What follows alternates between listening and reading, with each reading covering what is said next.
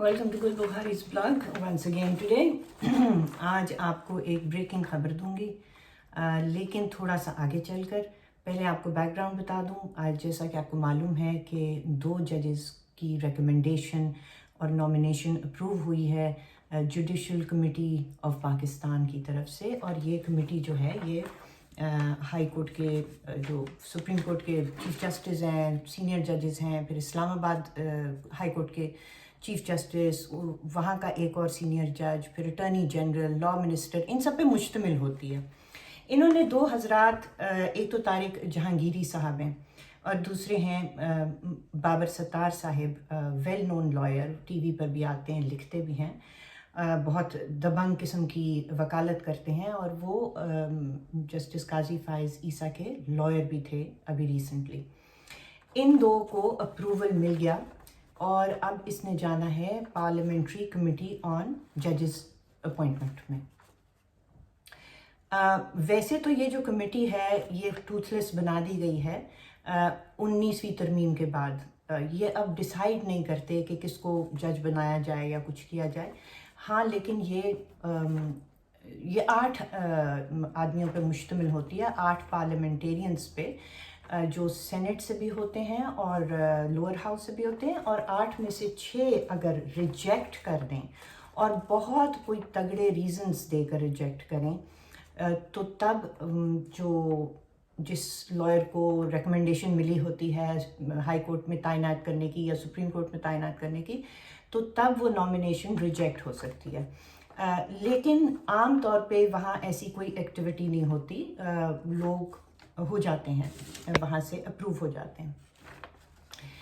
अब सुनने में ये आ रहा है कि इन दोनों हजरात को कल यानी मंडे के दिन कमेटी ने बुलाया है इनको इंटरव्यू करने के लिए, क्योंकि कुछ खदशात पैदा हो रहे हैं। देखने में कहा जा रहा है कि बाबर सत्तार साहिब के कुछ बाहर 6 घर हैं अमेरिका में और उसमें अच्छी खासी इक्विटी है, मॉर्गेज है, 2 बिजनेसेस हैं यूएई में जिसमें वो पार्टनर हैं। लेकिन और इस बात के ऊपर शायद रिजर्वेशंस एक्सप्रेस की जाएंगी। लेकिन इसमें जो गौर की बात है वो ये है कि एंटीसीडेंट कमेटी होती है सुप्रीम कोर्ट में, वो पहले सारी जांच पड़ताल कर चुकी होती है, उन्होंने भी अप्रूव कर दिया हुआ है। और चीफ जस्टिस जिसको हेड करते हैं जुडिशल कमीशन कमेटी को, उसने भी अप्रूव कर दिया हुआ है। लेकिन असल वजह ये बताई जा रही है कि कुछ मुक़्तदर हलकों को ये बात, इनकी नॉमिनेशन पे रिजर्वेशंस हैं, तहफ़्फ़ुज़ात हैं, वो समझते हैं कि ये बहुत इंडिपेंडेंट माइंडेड शख्स है और ऐसा जज जो है वो सिचुएशन नहीं देखता और वो जो सोचता है वही करता है, इसलिए वो एक्सेप्टेबल नहीं है। अब ये तो थी बातों की हद तक। अब इस कमेटी के बारे में सुनिए कितनी इंटरेस्टिंग है। ये बाई पार्टिजन है, अपोजिशन के इसमें 4 अफराद हैं और 4 ही गवर्नमेंट की कोalition के सेनेटर्स और MNAs हैं। इनके मैं आपको नाम बताती चलूँ। गवर्नमेंट की कोalition के हैं आज़म स्वाति साहब PTI, अली मोहम्मद खान PTI, और मोहम्मद आसिम नसीर PTI, और आखिरी हैं सरफराज भुट्टी बाप पार्टी के। और तो 4 तो ये हो गए, और 4 हैं ऑपोजिशन में से, जिसमें राना सनाउल्लाह हैं PMLN से, जावेद अब्बासी हैं PMLN से, राजा परवेज़ अशरफ हैं पीपल्स पार्टी से, और फारूक नाइक साहब हैं पीपल्स पार्टी से। 6 वोटों की ज़रूरत है रिजेक्ट करने के लिए। तो जाहिर है कि जिस तरह की कॉम्पोजिशन है, हम नहीं एक्सपेक्ट करते कि बाबर सत्तार साहब की नॉमिनेशन रिजेक्ट होगी। He is the only controversial one जिसके बारे में ज़्यादा सोच विचार हो रही है। दूसरे साहब की तो उसमें कोई उंगली नहीं उठाई जा रही। अब बात यह है कि जो ब्रेकिंग खबर है वो ये है कि लेटेस्ट मीटिंग में आपस की जो पीपल्स पार्टी के 2 रुकन हैं इस कमेटी के, उन्होंने स्टेप बैक कर लिया है और वो कह रहे हैं कि हमें भी शायद कुछ रिजर्वेशंस हैं, यानी कि 4 हुकूमती और 2 पीपल्स पार्टी के, फारूक नाइक साहब और राजा परवेज़ अशरफ। ये समझ से बाहर है बात कि ऐसा क्यों हुआ। मेन बात यह है कि बताया बहुत बावसूख ज़राए ने बताया है कि जो आजकल ISI में DGC हैं, जिस ओहदे पर फायज़ हुआ करते थे, फैज़ हमीद साहब, उन्होंने पीपल्स पार्टी को अप्रोच किया है ISI के DGC ने, और कहा है कि इनके लिए वोट ना कीजिए, ये हमें कबूल नहीं है। अब यहाँ पे ये थी ब्रेकिंग खबर। अब यहाँ पे ये मसला खड़ा होता है कि पीपल्स पार्टी और नून लीग और सारी PDM इकट्ठी है, और नून लीग वोट देना चाह रही है बाबर साहब को, लेकिन पीपल्स पार्टी के ये 2 रुकन पीछे हट रहे हैं। और ये क्यों हट रहे हैं, ये समझ से बाहर है। क्योंकि अगर आप PDM की अलायंस हुकूमत को हटाने जा रहे हैं और आपको उसके लिए और हटा देने के बाद, और जब आप हुकूमत में आ जाते हैं, तो आपको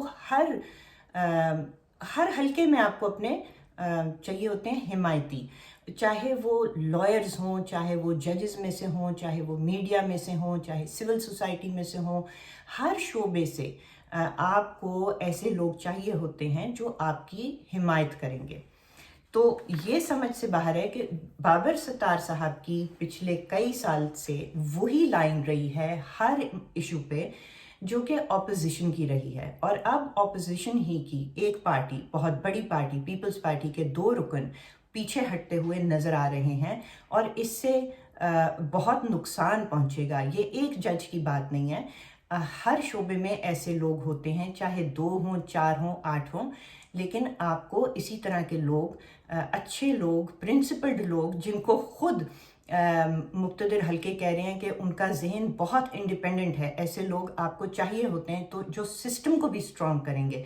आपको इसलिए नहीं चाहिए होते कि आपको गलत तरीके से सपोर्ट करके रखेंगे, लेकिन यही वो लोग हैं जो सही फैसले देंगे, जो जूरिस्प्रूडेंस अच्छी बनाएंगे और अच्छे किस्म के इंस्टीट्यूशन बिल्डिंग करेंगे। मीडिया में भी आपको इसी तरह के सहाफ़ी चाहिए होते हैं, जो गंद पड़ा हुआ है सहाफ़त में, और जिस तरीके से मीडिया लेटा हुआ है कि उसमें कुछ जुर्रत आए, उसमें कोई एथिक्स आए। तो खैर, अब ये समझ से बाहर है। मेरा ख्याल है कि ये बिलावल साहब को इस बात का नोटिस लेना चाहिए, और इस बात के ऊपर सख्ती से जो भी मेंबरान हैं उनको बता देना चाहिए कि पार्टी लाइन क्या है, और क्योंकि वरना पीछे हटने का उनको बहुत नुकसान होगा, और सबको नुकसान होगा। और पीपल्स पार्टी की जो स्टैंडिंग है वो इस अमल के बाद बहुत मशकूक हो जाएगी कि ये कितने कमिटेड हैं और कितने नहीं हैं कमिटेड। और जब बातें मशकूक होती हैं तो फिर दरारें आती हैं मूवमेंट्स के अंदर। तो आपने इसको जमा करके रखना है, जोड़ कर रखना है, और ये चीज़ हर पहलू में नज़र आनी चाहिए। दूसरी बात यह है कि देखने की, कि आप नोट करें कि चाहे वो हो जजेस का मामला, चाहे वो हो बिजनेसेस के मामला, चाहे मीडिया के मामला, हर चीज़ में जो आपकी एस्टैब्लिशमेंट है वो ना सिर्फ घुसी हुई है, माइक्रो मैनेज कर रही है।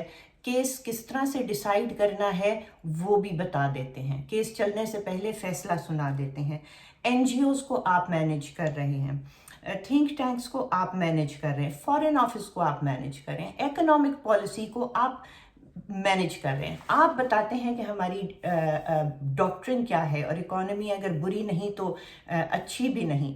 जो आपका काम है बंदूक लेकर सरहद की हिफाजत करना, वो सिर्फ वो है जो आप नहीं कर रहे। और जितने काम आपके ना करने के हैं, सफारतकारी से लेकर और इकोनॉमी चलाने तक, और जजेस तैनात कराने पर कौन होगा तैनात कौन नहीं होगा, हर चीज़ के अंदर आप घुसे हुए हैं। PDM को इसके ऊपर गौर करना चाहिए।